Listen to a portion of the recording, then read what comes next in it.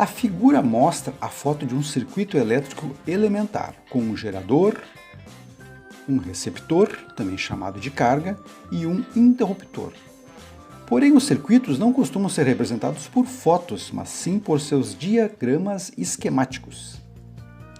Então, na esquerda temos a foto do circuito e na direita temos o seu diagrama elétrico, representado por um gerador de tensão, por um interruptor e por uma carga. Preste atenção na animação. Para formarmos um circuito elétrico elementar, precisamos de um gerador de tensão, neste caso representado por uma pilha, de um interruptor para comandar o circuito e uma carga, neste caso uma lâmpada. Quando o interruptor é acionado, inicia-se a circulação de corrente elétrica. Vamos verificar novamente. O gerador, o interruptor e a carga. Fechando o interruptor, temos a circulação de uma corrente elétrica.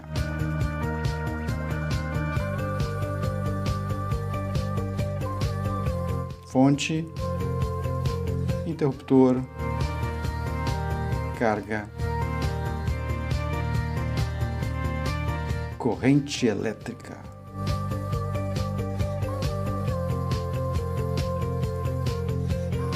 Note que o circuito elétrico elementar da figura existe apenas um caminho para a corrente. Assim que o interruptor é fechado, ocorre a passagem da corrente elétrica.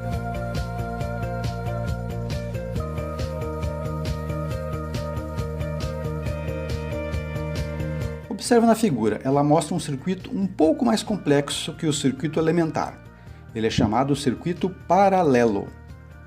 No circuito paralelo, existem dois caminhos para a corrente elétrica que sai do gerador. Ou seja, no circuito paralelo, a corrente total do gerador se divide entre as cargas. Corrente 1 na carga 1, corrente 2 na carga 2. Repetindo, no circuito paralelo, a corrente do gerador e total se divide entre as cargas. Observe a animação de circuito paralelo com 3 cargas. Note que a corrente total que sai da fonte V é dividida entre 3 correntes, I1, I2 e I3. Ou seja, I1 mais I2 mais I3 é igual a I total.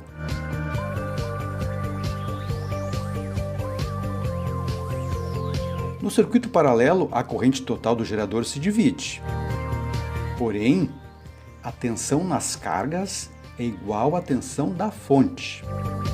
Por essa característica do circuito paralelo, que os eletrodomésticos de uma casa são todos ligados em paralelo, para manter todos na mesma tensão, seja ela 220 volts ou 127 volts. Observe na figura 4 eletrodomésticos característicos ligados todos em paralelo. Em um circuito paralelo, a corrente em cada carga dependerá do valor da tensão da fonte e o valor de cada resistor. Assim, usando a lei de Ohm, podemos calcular a corrente em cada carga. Vejamos, a corrente na carga 1 é o valor da tensão da tomada dividido pelo valor da resistência R1. O valor da corrente I2 é o valor da tensão da tomada dividido pelo valor da resistência R2. E o valor da corrente na carga 3 será igual à tensão da fonte ou da tomada dividido pela resistência da carga 3, sendo que I1 mais I2 mais I3 vai ser a corrente total. Consideremos um exemplo real. A tensão da tomada da residência é 220 volts e a rede está alimentando 3 cargas. Uma geladeira de 97 ohms, um micro-ondas de 32 ohms e um ferro de passar de 40 ohms, todos em paralelo. Qual será a corrente em cada carga? E qual será a corrente total? Bem, a corrente I1 na carga geladeira será 220 volts dividido por 97 ohms, que dá 2,3 amperes. A corrente na carga 2, o micro-ondas, será 220 volts dividido por 32 ohms, ou seja, 6,9 amperes. E a corrente na carga 3, o nosso ferro de passar, será os 220 volts dividido por 40 ohms, que dá 5,5 amperes. Lembrando que a corrente total é I1 mais I2 mais I3. Logo, a corrente total será 2,3 amperes mais 6,9 amperes mais 5,5 amperes, que totaliza 14,7 amperes. Outra característica do circuito paralelo é que se uma das cargas falha, as demais continuam funcionando normalmente. Observe na animação. Mesmo após uma das lâmpadas ser desconectada, as demais continuam funcionando sem problemas.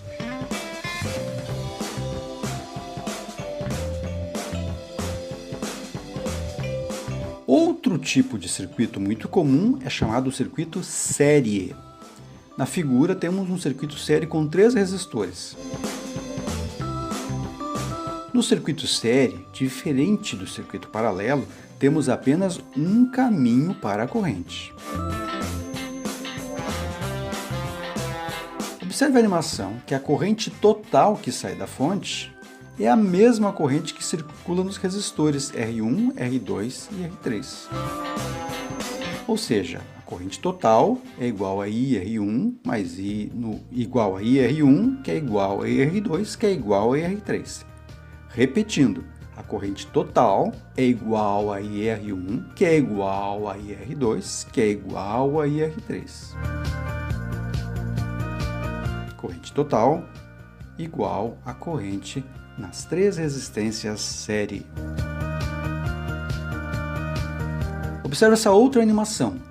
Note que os 2 amperes de corrente que saem da fonte é a mesma corrente que circula nos resistores R1, R2 e R3. E neste caso aqui vale 2 amperes. Então, a I total é igual a IR1, que é igual a IR2, que é igual a IR3, e todos valem 2 amperes. Observe na animação que no circuito série, quando uma das cargas falha, todas as demais ficam sem energia. Observou como é diferente do circuito paralelo? Quando uma das cargas falha, todas as demais ficam sem energia. Observe o diagrama desse circuito série. Note que em um circuito série, a tensão da fonte será dividida entre as cargas. Observe na figura, a tensão da bateria é 12 volts, mas a tensão em cada lâmpada é 6 volts. Ou seja, os 12 volts da bateria se dividirão entre as 2 lâmpadas que estão ligadas em série. Vamos fazer uma comparação entre o circuito série e o circuito paralelo. No circuito paralelo, a corrente da fonte se divide entre as cargas, mas a tensão é igual. Já no circuito série, a corrente é a mesma nas cargas e a tensão se divide entre as cargas.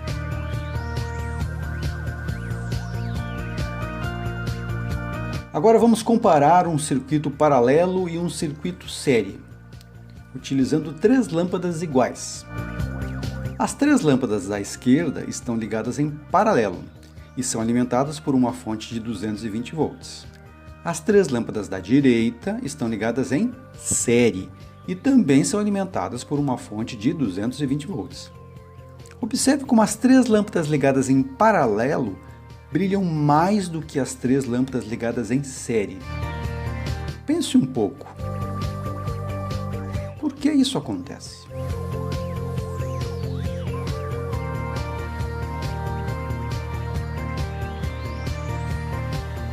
O motivo é o seguinte: como a tensão em paralelo é igual à tensão da fonte, todas as lâmpadas em paralelo estão submetidas a 220 volts. Mas na ligação em série, a tensão da fonte se divide entre as cargas. Assim, cada lâmpada está sujeita a apenas 220 dividido por 3, que dá 73 volts. e o brilho diminui consideravelmente na ligação série.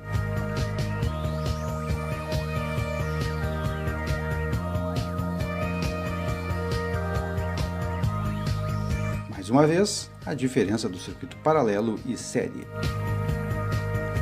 Agora vamos falar do resistor equivalente. Quando várias resistências são associadas em um circuito paralelo, é possível transformar todas em uma única resistência. Esse resistor, que substitui todos os demais, damos o nome de resistor equivalente. Para encontrar o resistor equivalente de uma associação paralela, precisamos fazer um simples cálculo. Basta dividir o produto dos dois resistores pela soma dos dois resistores. Vamos acompanhar o cálculo do resistor equivalente dessa associação em paralelo. Consideremos que R1 vale 6 ohms e R2 vale 3 ohms. Então, o resistor equivalente será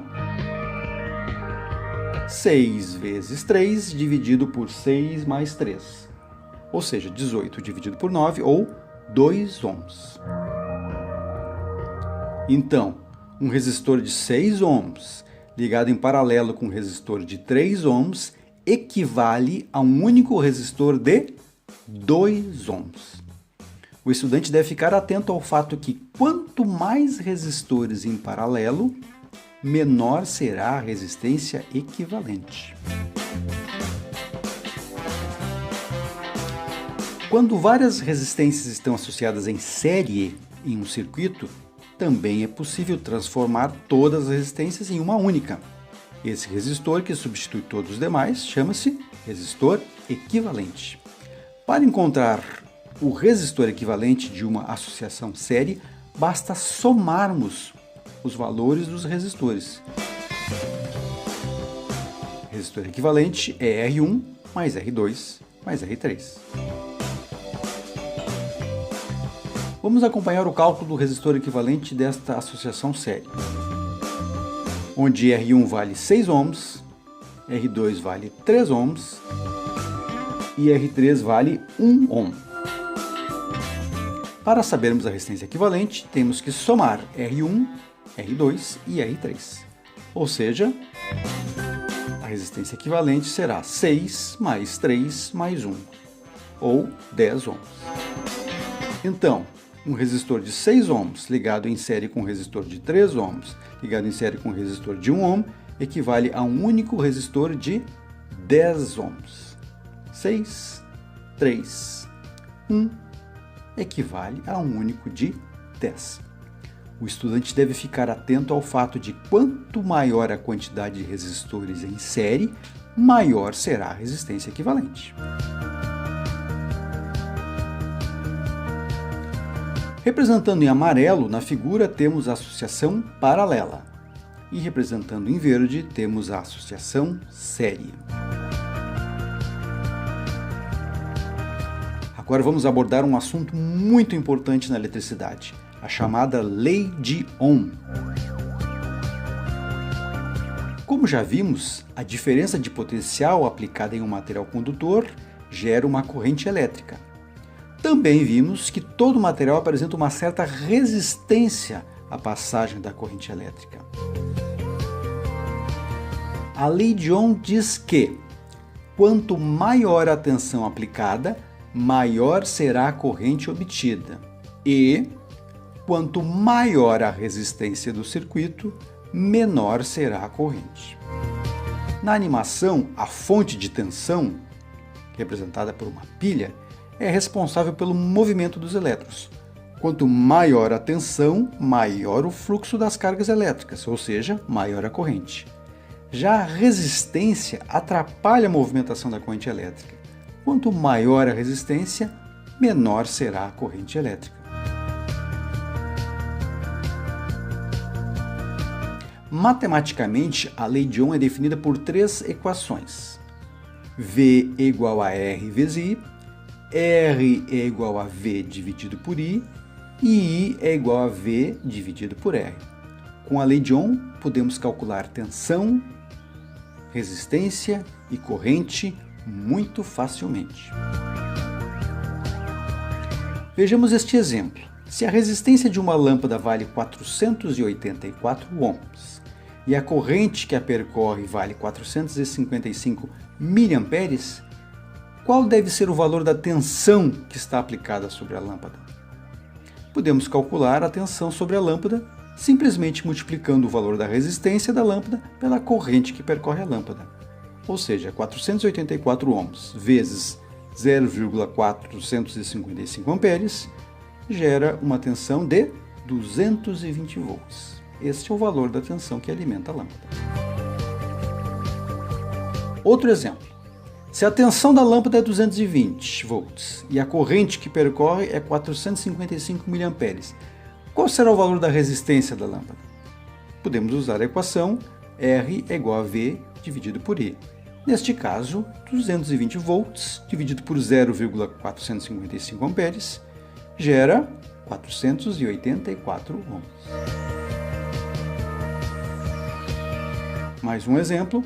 E qual é o valor da corrente que circula em uma lâmpada de 484 ohms quando sobre ela ligamos 220 volts?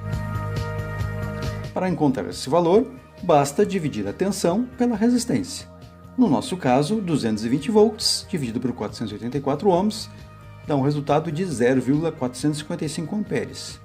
Ou podemos utilizar o submúltiplo milli, onde 0,455 ampere vale 455 miliamperes. E essa é a corrente do circuito.